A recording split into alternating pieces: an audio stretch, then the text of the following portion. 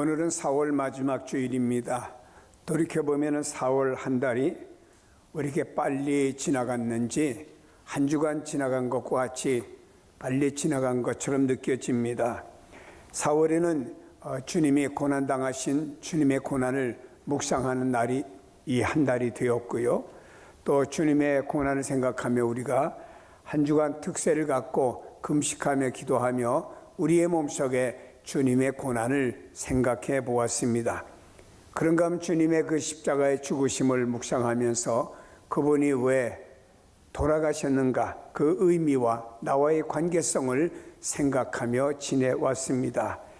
그런가 하면 주님이 부활하신 부활주의를 우리가 기억하면서 참으로 결안에서 병아리가 나오는 것처럼 새로운 우리 주님의 부활과 함께 우리의 부활을 확신하는 믿음으로 우리가 받을 수 있는 지난 주일이 되었습니다. 그런가 하면 우리 교회가 평양 제1노회 그 노회를 우리 교회에서 개최하면서 성도님들이 많이 나오고 수고해서 아주 많은 분들이 와서 은혜도 받고 봉사에 감사하는 극찬하는 이야기를 나중에 후로 듣게 되었습니다. 지난 주간에는 귀한 강사님 모셔서 간증 집회를 통해서 우리의 삶이 어떻게 하면 축복의 삶으로 이어질 수가 있을까, 우리 그리스도인들이 어떻게 하면 이 땅에서 승리하는 삶으로 나갈 수 있을까를 우리가 은혜 받고 결단하는 복된 시간을 가졌습니다. 이 4월에 앙상했던 가지에 꽃이 피고 또 잎이 돋으면서 새로운 봄이 왔구나 하는 것을 우리에게 희망과 함께 알려주었고요. 이 나무에서 꽃과 또 잎사귀가 돋으면서 새로운 옷을 입으면서 우리에게는 저런 자연 만물도 부활하는데 우리에게 부활이 확신이 있구나 하는 것을 우리가 더 확신하는 계절을 갖게 되었습니다. 그런데 반대로 믿지 않는 분들은 날씨도 좋고 또 꽃도 피고 하니까 봄나들이를 많이 다녀온 것 같이 보이고요. 그리고 믿음의 사람들도 이렇게 많이 또 다녀를 오셔서 주일도 범하시느라고 애도 쓰셨더라고요. 우리가 4월이 되면 참 감사할 일이 하나 둘이 아닙니다. 우리 그리스도인들에게는 예수님의 십자가와 부활이 또 우리를 복음의 사람으로 불러주신 대사건을 이루신 계절이기 때문에 4월은 감사의 계절이 되기도 합니다. 주님이 이루어놓으신 복음 아래 우리를 불러서 복음의 사람으로 불러주신 것이 얼마나 감사한지 사람들이 여기에 대해서 깊게 느끼는 사람도 있고 아마 그 온도가 깊지 않은 사람도 있을 수가 있습니다. 이렇게 봅니다. 한 나라의 정치를 보면은 그 정치에 누가 주도권을 잡느냐에 따라서 그 사람 때문에 출세하는 줄줄이 서는 사람도 있고 또 어떤 사람은 반대로 누구 줄 섰다가 감옥 가는 사람도 있고 이렇게 다른 면이 있음을 보게 됩니다. 누구의 사람이냐에 따라서 이렇게 달라지더라고요. 옛날에도 보면은 누구의 사람이냐, 어떤 성씨의 가문이냐에 따라서 출세를 하기도 하고 그렇지 못한 경우도 옛날 우리나라 역사에서 볼 수 있지 않습니까? 미국이란 나라가 세계에 많은 곳에 미국인들을 보냈고 또 연약한 나라를 군인들을 보내서 많이 도와주고 있습니다. 그런데 그 나라에 전쟁이 일어났다 하면은 미국에서는 전 세계를 보내갖고 말입니다. 그곳에 있는 미국 자국민을 그 전쟁에서 희생되지 않도록 다 실어 미국으로 가게 합니다. 왜 그럴까요? 미국 사람이라고 하는 시민권 때문에 저들이 부름받았기 때문에 저들이 이런 보호를 받게 되는 것입니다. 그렇다고 하면 오늘 우리가 생각하는 것은 내가 복음의 사람이다. 복음의 사람이나 여기에 대한 얼마나 가치와 희열이 여러분 속에 있는지를 한번 생각해 봐야 됩니다. 영국의 한 대학생이 있습니다. 천재예요. 그의 명석한 두뇌로 주위 사람들로부터 부러움을 한 몸에 사는 사람입니다. 근데 그는 철저하게 무신론자입니다. 신은 없다. 부활이라고 하는 것은 바로 주님을 믿는 사람들이 꾸며낸 거짓말이야 라고 말했습니다. 그리고 왜 사람들이 교회 나가느냐? 나약한 사람들이 의지하기 위해서 교회 나가는 것이다 라고 하며 하나님 믿는 그리스도인들을 공격한 사람이었습니다. 근데 이렇게 자신만만하게 인생을 살던 이 젊은이에게 어느 날에 불의의 사고를 당하게 되었습니다. 그리고 두 눈을 실명하게 되었어요. 하루아침에 그는 앞을 볼 수 없는 시각장애인이 되고 말았습니다. 이 사고에 대한 원망과 후회와 좌절과 삶에 대한 포기로 절망 속에서 하루하루 울부짖으며 살아가고 있습니다. 하늘이여, 왜 천재인 나에게 이런 시련을 주십니까? 라고 울부짖고 있습니다. 눈물로 세월을 보내던 중에 우연히 하나님에 대해서 듣게 되었고 점점점 하나님의 사랑과 신앙에 깊이 젖어들다가 그 어느 날 예수님의 십자가에 못 박혀 죽으신 것과 부활이 자기를 위한 것이라고 하는 사실을 깨닫고 예수님을 영접하는 사람이 되었습니다.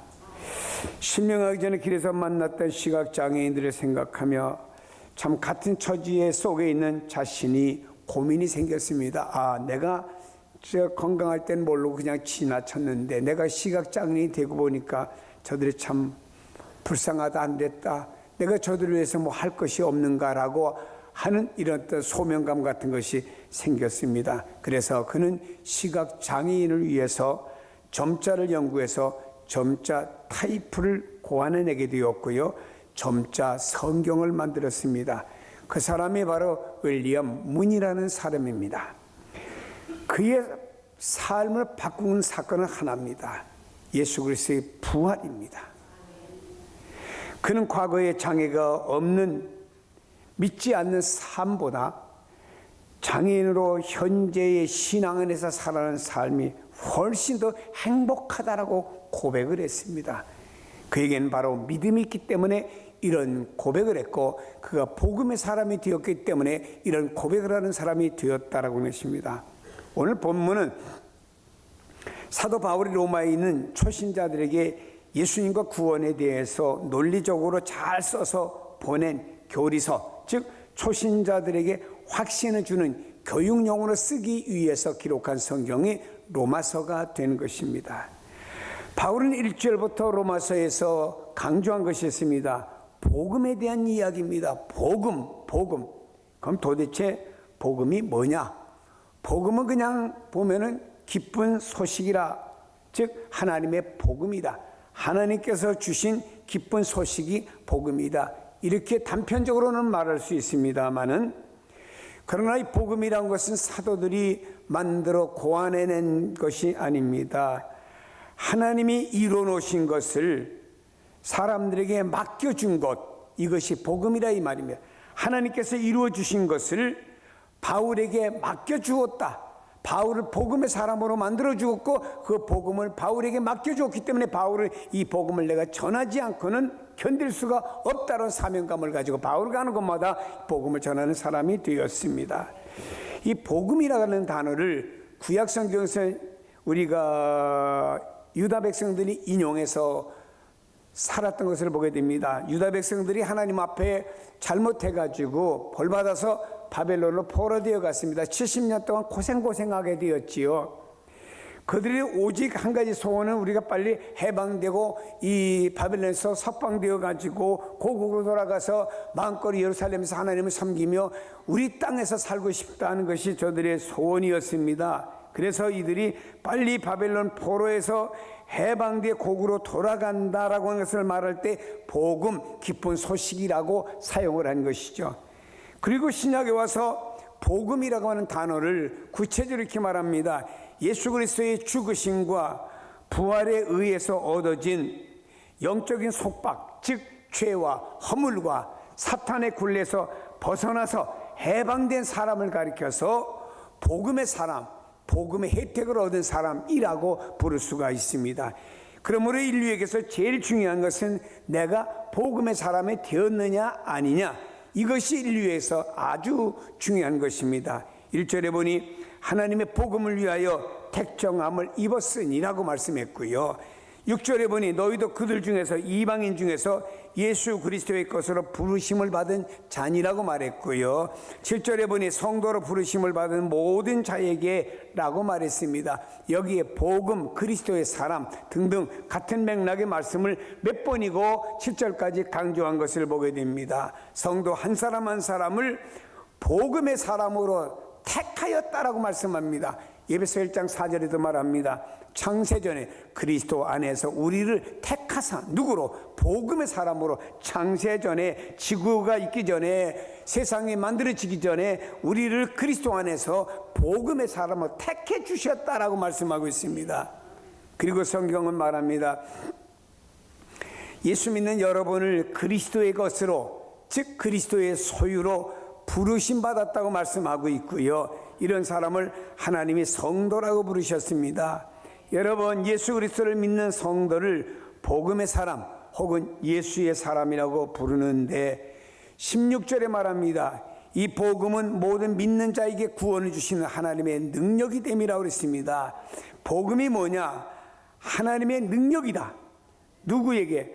구원을 받는 백성에게는 하나님의 능력인데 이 복음은 모든 믿는 자에게 주는 것이다. 모든 믿는 자라고 하는 여기에 말씀의 의미를 주고 있는 것입니다. 여러분 복음이란 무엇인가요? 복음이 무엇이지요? 성경 말합니다. 하나님이 선지자를 통하여 성경에 미리 약속하신 것이라 그랬습니다.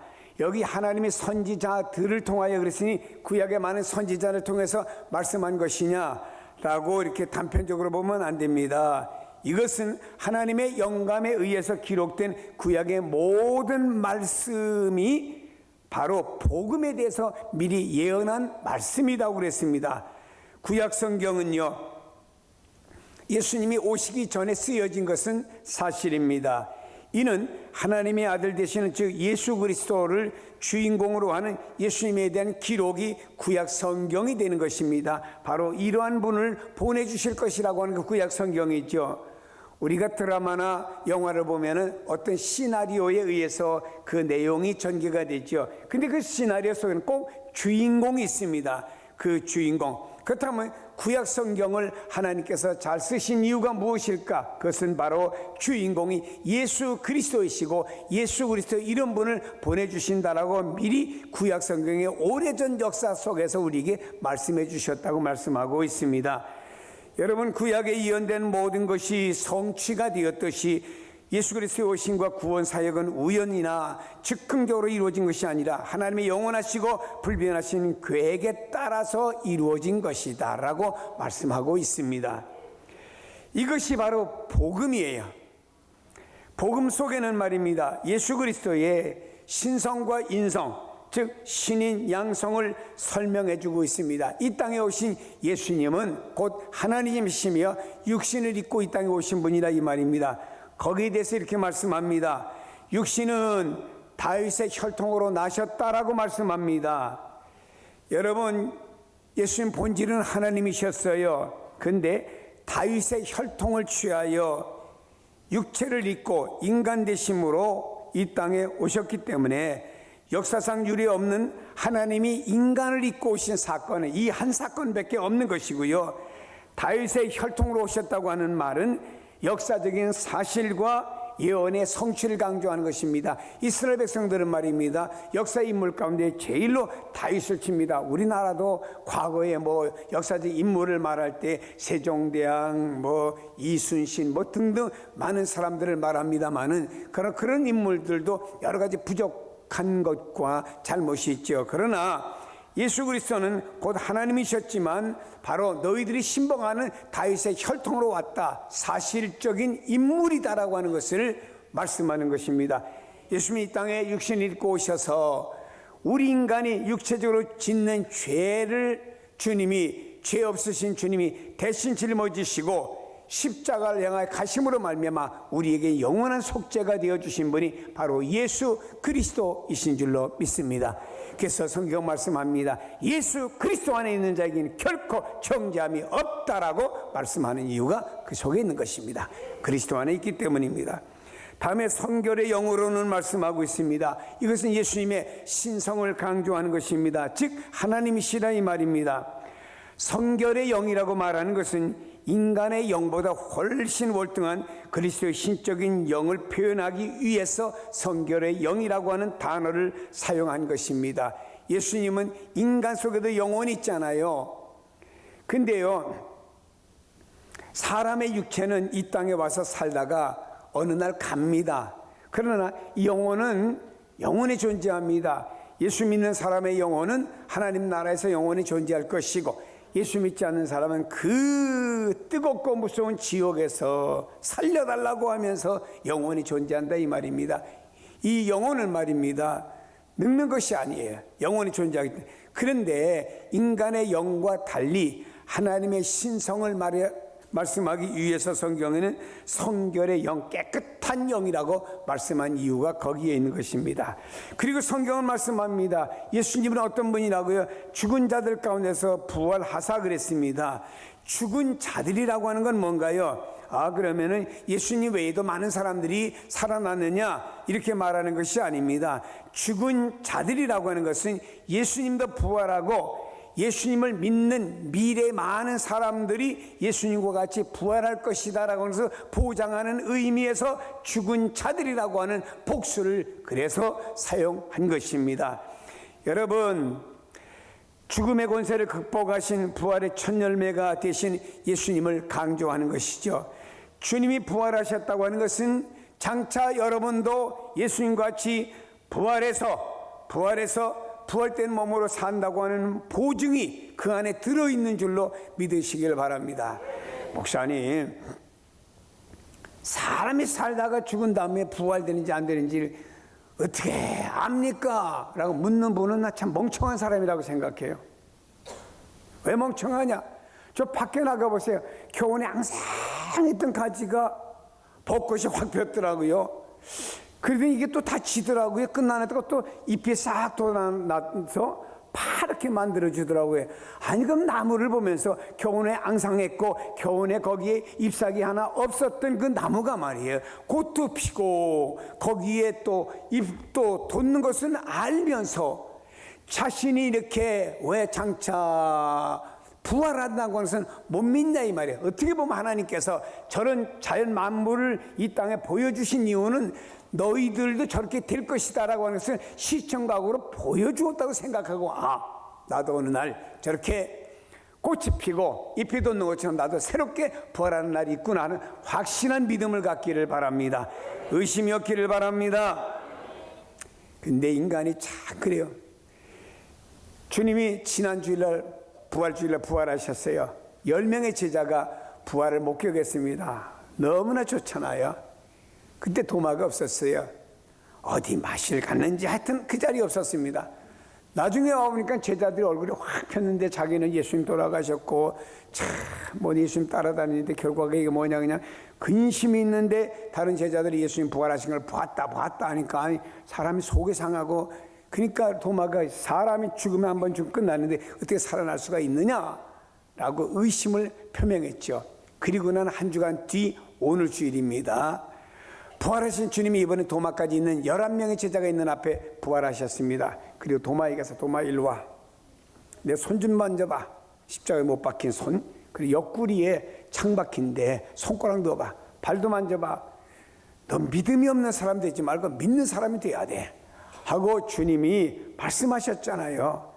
다시 말해 주님은요, 도마에게 부활의 확실성을 보여주었습니다. 그리고도 주님의 제자들이 이거 진짜냐? 우리가 영을 보는 거 아니냐? 그랬더니 주님이 제자들이 뭐 그랬어요?